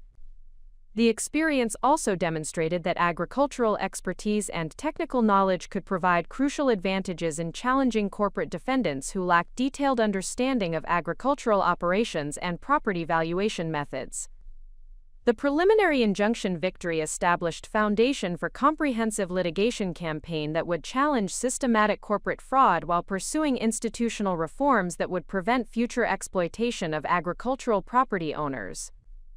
The victory also validated Dr. Castellano's strategic approach and demonstrated that coordinated legal action could overcome procedural obstacles and institutional advantages that typically protected corporate defendants from individual challenges. The transformation of our coalition from defensive response to systematic fraud into proactive campaign for institutional reform and criminal prosecution represented fundamental shift in strategic positioning that created multiple pathways for achieving justice while establishing precedent that would protect future generations of family farmers from predatory acquisition schemes. The success demonstrated that comprehensive preparation and strategic coordination could enable individual families to challenge corporate entities that possessed substantial advantages in resources and political influence. The corporate response to our preliminary injunction victory arrived with the calculated precision of warfare, demonstrating that Meridian Development Corporation possessed both the resources and strategic sophistication necessary to escalate legal proceedings far beyond anything our coalition had previously encountered. The counterattack began at dawn on a Tuesday morning when federal marshals served search warrants on Dr. Castellano's office's coalition headquarters and the personal residences of 12 coalition families, including my Sacramento apartment. The simultaneous execution of multiple search warrants had been coordinated through corporate influence networks that enabled Meridian to obtain federal judicial authorization based on allegations that our coalition was engaged in criminal conspiracy to extort settlement payments through fraudulent claims and manufactured evidence. The criminal allegations had been supported by sworn affidavits from estate attorneys and property appraisers, who claimed that coalition families had threatened professional retaliation unless favorable testimony was provided in support of frivolous litigation claims. The search warrant executed at my apartment authorized federal agents to seize all documents, electronic devices, and communication records related to agricultural property transactions, legal proceedings, and coalition coordination activities. The scope of authorized seizure was comprehensive and invasive, designed to disrupt coalition operations while gathering intelligence about strategic planning and evidence development that could be used to anticipate and counter future legal initiatives. The psychological impact of federal law enforcement intervention was precisely calculated to achieve maximum intimidation while maintaining appearance of legitimate criminal investigation. The early morning timing, simultaneous execution across multiple locations, and extensive media coverage were designed to create public perception that coalition activities involved criminal misconduct rather than legitimate legal challenges to corporate fraud. However, the search warrant execution also revealed the extent of corporate desperation, and the substantial resources that Meridian was prepared to deploy to prevent comprehensive exposure of systematic fraud schemes. The willingness to invoke federal criminal investigation procedures demonstrated that corporate defendants recognized the existential threat posed by coalition litigation, while confirming that our evidence and strategic approach had achieved sufficient effectiveness to justify extraordinary defensive measures. Dr. Castellano's immediate response to federal intervention involved implementing security protocols that had been developed specifically for situations where corporate defendants attempted to criminalize legitimate whistleblower activities and legal challenges. The protocols included secure communication systems, document protection procedures, and media coordination strategies that would maintain coalition operations while countering narrative manipulation attempts through public relations campaigns. The coalition's response strategy emphasized that federal search warrants had been obtained through deliberate misrepresentation of coalition activities, while criminal allegations were designed to distract attention from systematic corporate fraud that had been documented through extensive evidence collection and whistleblower testimony. The strategy also highlighted that corporate defendants were attempting to use federal law enforcement resources to suppress legitimate legal challenges rather than addressing substantive fraud allegations through normal court proceedings. The media response to search warrant execution initially favored corporate narratives that portrayed coalition activities as potentially criminal rather than legitimate legal challenges to systematic fraud. However, Dr. Castellano's strategic media coordination quickly shifted public attention toward questions about corporate influence over federal investigation priorities, while emphasizing that search warrants had been obtained without coalition families being provided opportunities to respond to allegations or present evidence about legitimate legal objectives. The federal intervention also created opportunities for exposing additional layers of corporate influence and institutional corruption that extended beyond agricultural property acquisition schemes toward comprehensive capture of regulatory and law enforcement systems that were supposed to protect individual property owners from predatory corporate practices. The coalition's investigation revealed that Meridian had systematically cultivated relationships with federal prosecutors, regulatory officials, and political representatives through campaign contributions, lobbying activities, and personnel exchanges. The systematic corruption of oversight institutions represented escalation beyond property acquisition fraud toward comprehensive subversion of legal and regulatory systems that protected individual rights and property ownership. The implications extended far beyond agricultural property transactions toward fundamental questions about institutional accountability and democratic governance that resonated with broader public concerns about corporate influence over government decision-making processes.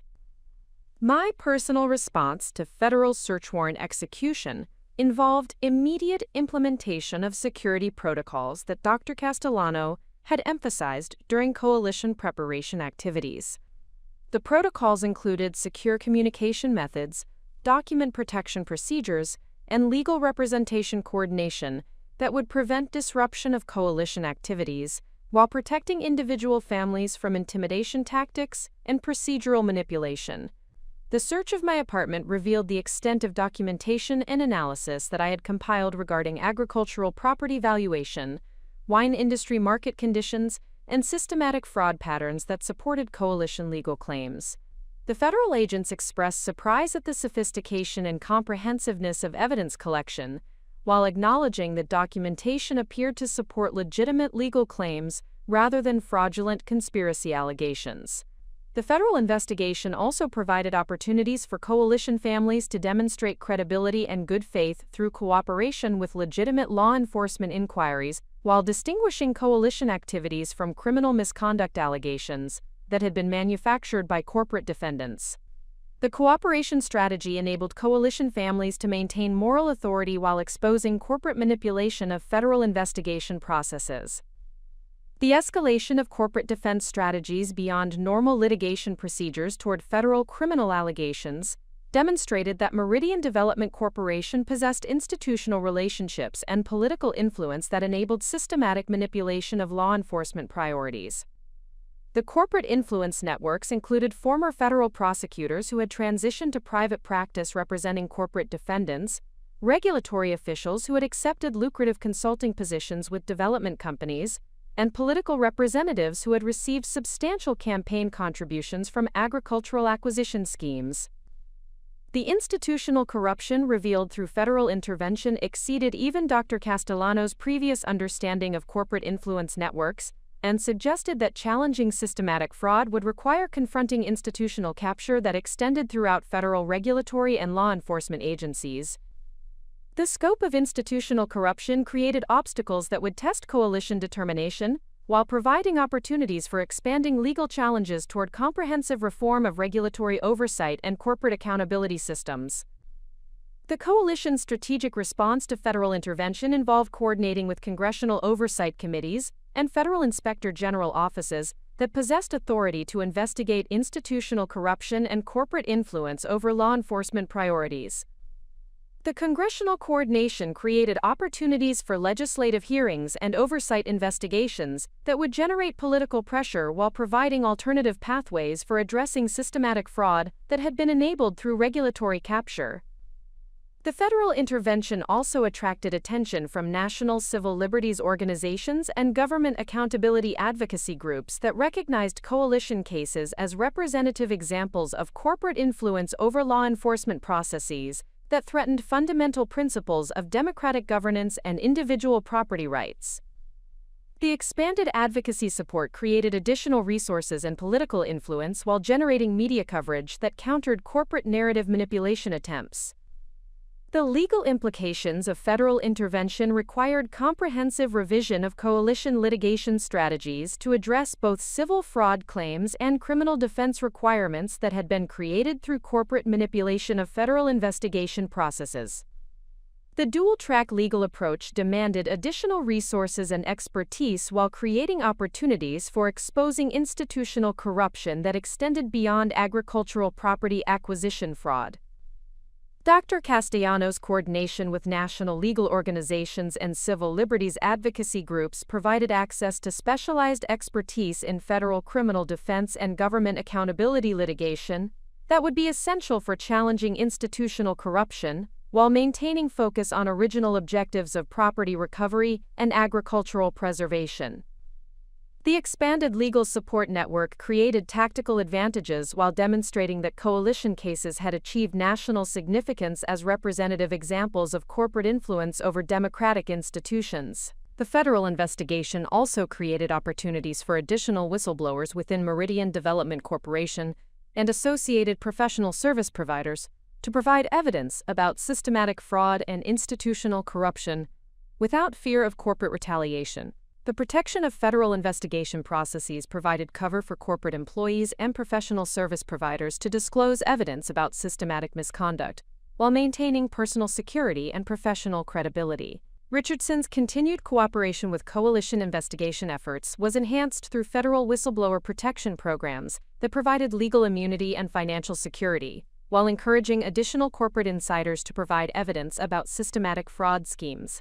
The expanded whistleblower participation created comprehensive documentation of corporate conspiracy while providing foundation for criminal prosecution and regulatory enforcement that would complement civil litigation objectives. The strategic escalation initiated by corporate defendants had inadvertently created opportunities for comprehensive exposure of institutional corruption that extended far beyond original coalition objectives toward fundamental reform of regulatory oversight and corporate accountability systems.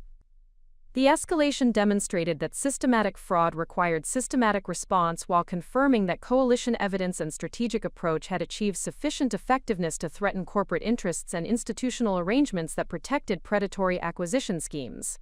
The transformation of coalition legal challenges from civil litigation toward comprehensive confrontation with institutional corruption represented fundamental expansion of strategic objectives that created both opportunities and risks for individual coalition families.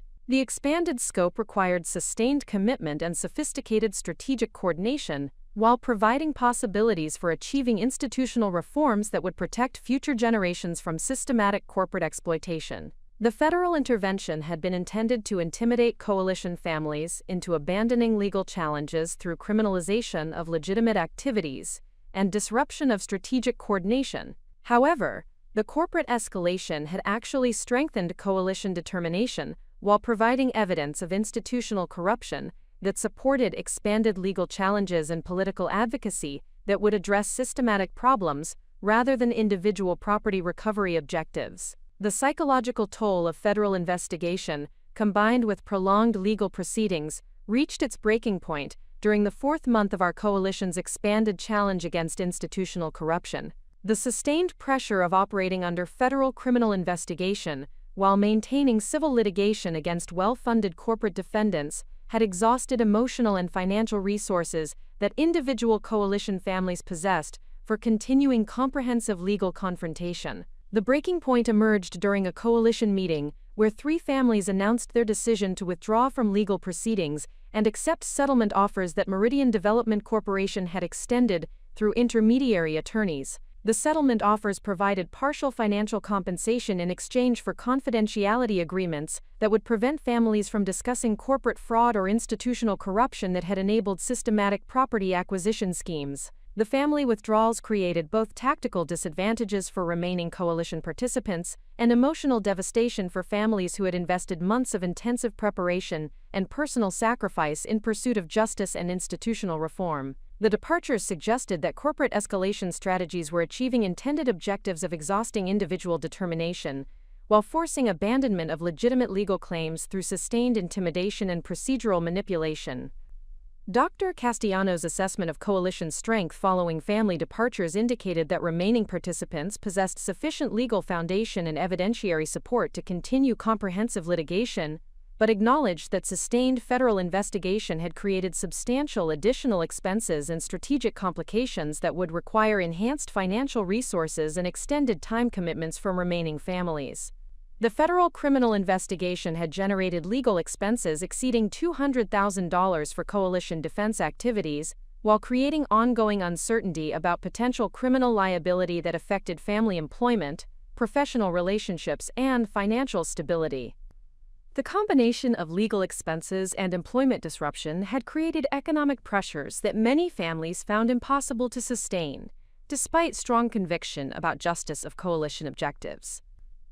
My personal financial situation had deteriorated significantly during months of coalition participation, as consulting work declined due to client concerns about federal investigation and professional reputation effects that might result from association with legal proceedings that had been characterized as potentially criminal. The loss of regular income combined with substantial legal expenses had created circumstances where continuing coalition participation threatened basic financial survival. The emotional impact of family departures and financial deterioration was compounded by growing recognition that challenging systematic institutional corruption would require years of sustained legal proceedings against defendants who possessed effectively unlimited resources for defensive litigation. The scope of institutional reform necessary to address systematic fraud extended far beyond capabilities of individual families regardless of legal merit or evidentiary strength supporting coalition claims. The psychological pressure reached its most severe point during a sleepless night when I reviewed financial projections that indicated continued coalition participation would likely result in personal bankruptcy and complete loss of professional credibility without guarantee of achieving meaningful legal victory or institutional reform. The mathematical reality suggested that pursuing justice through comprehensive litigation was financially unsustainable, regardless of moral conviction or legal merit supporting coalition objectives. The internal conflict between moral obligation to continue fighting systematic injustice and practical necessity of preserving personal survival created profound emotional crisis that challenged fundamental assumptions about effectiveness of legal systems and possibility of individual families achieving justice against institutional corruption. The crisis forced examination of whether pursuing idealistic objectives was a responsible decision when consequences threatened to destroy remaining financial security and professional prospects. The darkest moment came during early morning hours when exhaustion and despair converged into recognition that months of intensive effort and personal sacrifice might ultimately achieve nothing more than personal destruction, while corporate defendants continued operating systematic fraud schemes without meaningful accountability or institutional reform. The possibility that entire coalition effort might fail while individual participants suffered devastating personal consequences created overwhelming sense of futility and despair. However, the depth of emotional crisis also created opportunity for fundamental examination of motivations and priorities that had sustained coalition participation despite escalating obstacles and personal costs. The examination revealed that continuing legal challenge was not simply about property recovery or financial compensation, but rather about fundamental principles of institutional accountability and family enterprise preservation that transcended individual circumstances. The realization that emerged from sustained reflection was that abandoning coalition efforts would not eliminate systematic institutional corruption or prevent future families from experiencing similar systematic fraud, but would rather confirm corporate assessment that individual families could be defeated through sustained intimidation and resource exhaustion, regardless of legal merit supporting their claims. The transformation of perspective began with recognition that personal sacrifice and financial risk had been necessary components of challenging institutional systems that were specifically designed to prevent individual accountability and reform efforts. The difficulty of sustaining legal challenge against systematic corruption was not indication of futility but rather evidence of institutional arrangements that required exactly this type of sustained individual commitment to achieve meaningful reform. The renewed commitment to coalition objectives emerged from understanding that withdrawal would represent not only personal defeat but also abandonment of responsibility to future families who would face similar systematic exploitation unless institutional corruption was challenged and reformed through comprehensive legal proceedings. The moral obligation extended beyond personal circumstances toward broader social responsibility for protecting agricultural traditions and family enterprise preservation. The financial challenges that threatened continued coalition participation also created opportunities for developing alternative resource strategies that would enable sustained legal proceedings without requiring individual families to risk complete financial destruction. Dr. Castellano's coordination with national legal organizations and advocacy groups had generated interest in providing additional financial support for cases that possessed broader implications for institutional reform and corporate accountability. The expanded support network included agricultural preservation organizations, environmental advocacy groups, and civil liberties organizations that recognized coalition cases as representative examples of systematic threats to democratic governance and individual property rights. The organizational support provided both financial resources and political influence that would enable sustained legal challenge while distributing costs across broader constituency that shared interest in institutional reform outcomes. The strategic revision of coalition objectives involved refocusing efforts toward achieving specific institutional reforms and regulatory enforcement outcomes that would prevent future systematic exploitation while maintaining individual property recovery as important but secondary objective. The revised approach recognized that comprehensive institutional reform would provide greater long-term benefit for agricultural preservation and family enterprise protection than individual property recovery alone.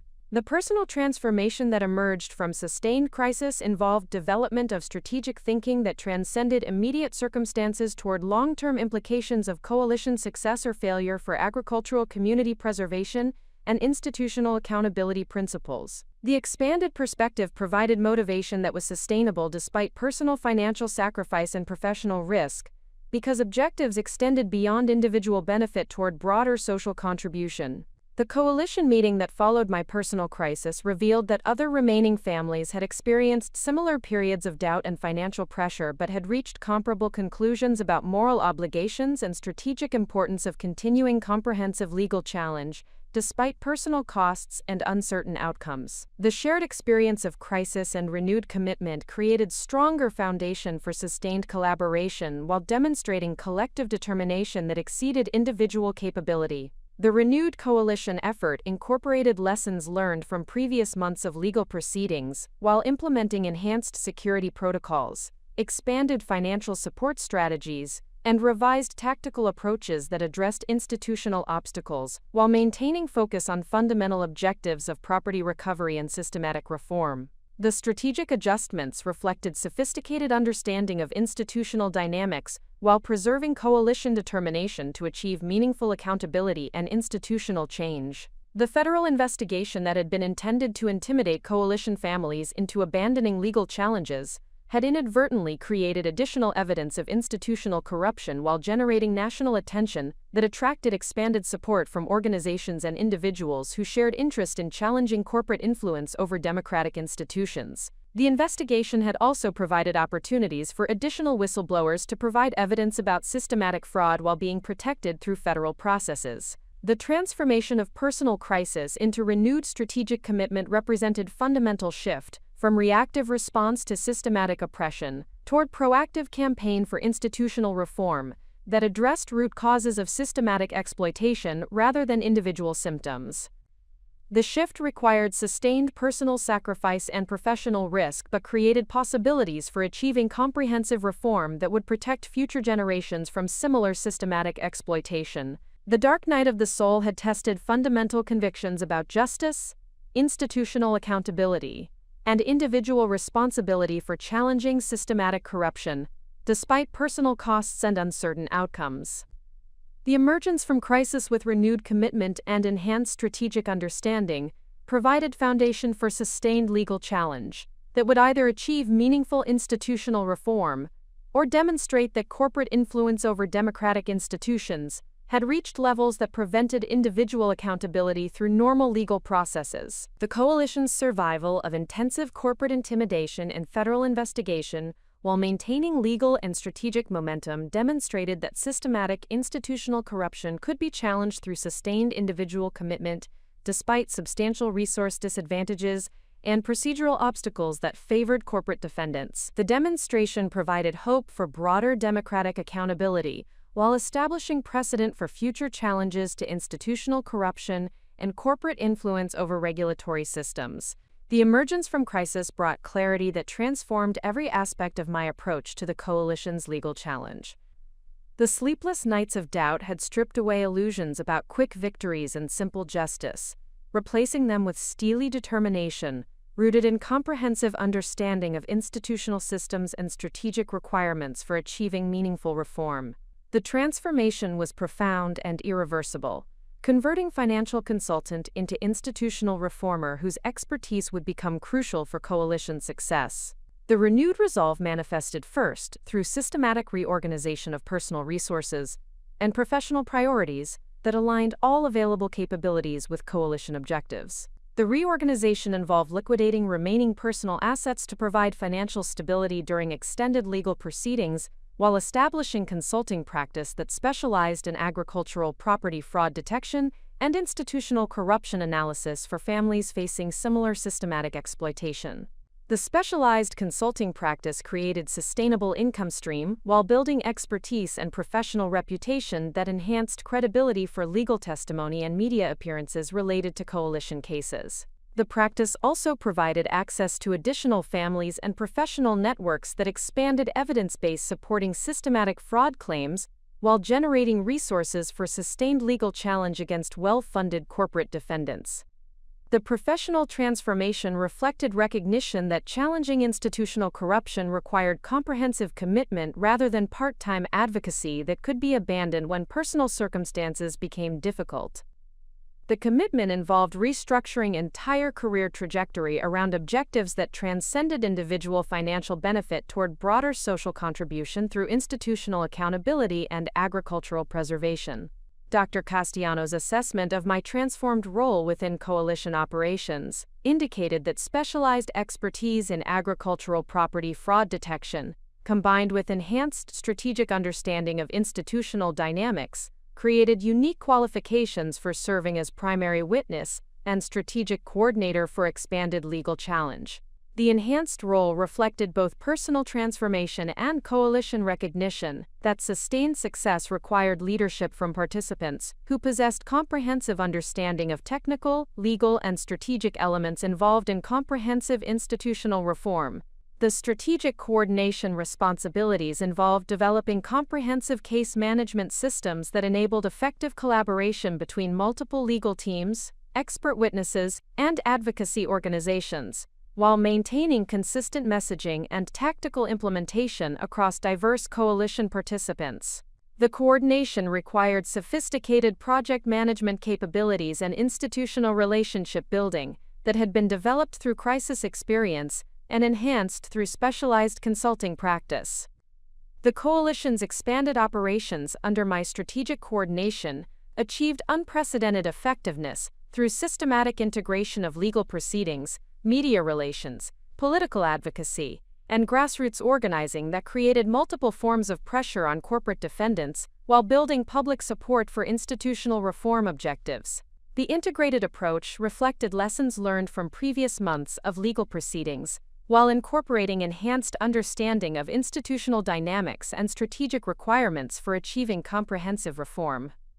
The media strategy developed under expanded coalition operations emphasized agricultural preservation and family enterprise protection themes that resonated with diverse constituencies, while highlighting specific examples of institutional corruption that created public demand for regulatory enforcement and legislative reform. The messaging strategy avoided technical legal arguments in favor of accessible narratives about threats to rural communities and democratic governance that generated broad-based political support. The political advocacy component of coalition operations involved systematic engagement with congressional oversight committees, state regulatory agencies, and federal enforcement organizations that possessed authority to investigate institutional corruption and implement policy reforms that would prevent future systematic exploitation of agricultural property owners. The advocacy efforts created multiple pathways for achieving reform while generating political pressure that complemented legal proceedings. The grassroots organizing element involved building networks of agricultural families, environmental advocates, and rural community organizations that shared interest in challenging corporate consolidation and preserving family enterprise traditions. The organizing efforts created constituent pressure for political action while providing volunteer support for coalition operations and expanded evidence collection from additional families who had experienced similar systematic fraud. The integration of these diverse strategic elements under comprehensive coordination created synergistic effects that enhanced effectiveness of individual components, while providing tactical flexibility for responding to corporate defense strategies and procedural obstacles that had previously disrupted coalition momentum. The strategic integration reflected sophisticated understanding of institutional change processes, while maintaining focus on fundamental objectives of property recovery and systematic reform. The federal investigation that had initially created crisis for coalition operations had been successfully reframed through strategic media coordination and political advocacy as evidence of corporate influence over law enforcement priorities rather than legitimate criminal inquiry into coalition activities. The reframing had been achieved through comprehensive documentation of corporate influence networks and systematic presentation of evidence about institutional corruption that exceeded individual property fraud to encompass broader threats to democratic governance. The successful reframing of federal investigation had created opportunities for congressional oversight hearings and federal inspector general investigations that focused attention on corporate influence over regulatory and law enforcement agencies, rather than coalition activities. The oversight investigations had generated additional evidence about institutional corruption while providing political cover for continued coalition operations, despite ongoing federal criminal investigation. The congressional oversight hearings provided national platform for presenting evidence about systematic corporate fraud and institutional corruption that had enabled predatory acquisition schemes to operate without effective accountability or regulatory enforcement. The hearings created media coverage that educated public about threats to agricultural preservation, while building political support for comprehensive regulatory reform and enhanced enforcement authority. The testimony I provided during congressional oversight hearings demonstrated agricultural expertise and institutional analysis capabilities that had been developed through crisis experience and enhanced through specialized consulting practice. The testimony received favorable media coverage and political recognition that established credibility for continued leadership role within coalition operations while generating additional consulting opportunities and professional recognition. The enhanced professional recognition created opportunities for collaboration with academic researchers, policy analysts, and institutional reform advocates who had been studying corporate influence over regulatory systems and democratic governance processes. The collaborative relationships provided additional expertise and analytical capabilities, while expanding coalition influence within policy development and academic research communities. The academic collaboration generated comprehensive research studies and policy analysis that documented systematic corporate fraud patterns, while developing specific regulatory and legislative recommendations for preventing future institutional corruption. The research provided evidence base for policy advocacy, while establishing intellectual foundation for institutional reform that extended beyond individual coalition cases toward comprehensive system change. The policy development work created opportunities for participating in regulatory reform processes and legislative committee hearings that addressed corporate influence over agricultural policy and rural community development. The participation provided direct input into institutional reform, while building relationships with policymakers and regulatory officials who could implement changes that would prevent future systematic exploitation. The transformation from individual property recovery advocate into institutional reform leader had created professional opportunities and strategic influence that exceeded anything I had imagined possible when initially challenging my siblings' vineyard sale. The transformation demonstrated that crisis could create opportunities for expanded impact, while personal sacrifice could generate professional development and social contribution that transcended individual circumstances. The renewed coalition operations under enhanced strategic coordination had achieved momentum that attracted national attention from agricultural preservation organizations, environmental advocacy groups, and institutional reform movements that recognized coalition cases as representative examples of broader threats to democratic governance and rural community sustainability. The expanded attention created additional resources and political influence while demonstrating national significance of coalition objectives. The legal proceedings that had been initiated with $3,000 check and desperate hope for property recovery had evolved into comprehensive institutional reform campaign that addressed systematic corporate influence over regulatory systems while building political support for agricultural preservation and family enterprise protection. The evolution demonstrated that individual determination combined with strategic understanding could create social change opportunities that extended far beyond original objectives. The professional and personal transformation that had emerged from crisis experience created sustainable foundation for continued institutional reform work that would extend beyond current coalition cases toward broader advocacy for agricultural preservation and democratic governance accountability. The transformation established career trajectory that aligned personal fulfillment with social contribution while providing financial security and professional recognition. The coalition's success in surviving corporate intimidation, while achieving enhanced strategic effectiveness and national recognition, demonstrated that systematic institutional corruption could be challenged through sustained individual commitment and comprehensive strategic coordination. The demonstration provided inspiration for other advocacy efforts while establishing precedent for future challenges to corporate influence over regulatory systems and democratic institutions. The renewed resolve that had emerged from crisis experience created determination that transcended personal circumstances while focusing on institutional reform objectives that would protect future generations from systematic exploitation. The resolve provided emotional and strategic foundation for sustained advocacy work, while maintaining perspective that extended beyond individual benefit toward broader social contribution and democratic accountability principles. Up next, you've got two more standout stories right on your screen. If this one hit the mark, you won't want to pass these up. Just click and check them out. And don't forget to subscribe and turn on the notification bell so you don't miss any upload from us.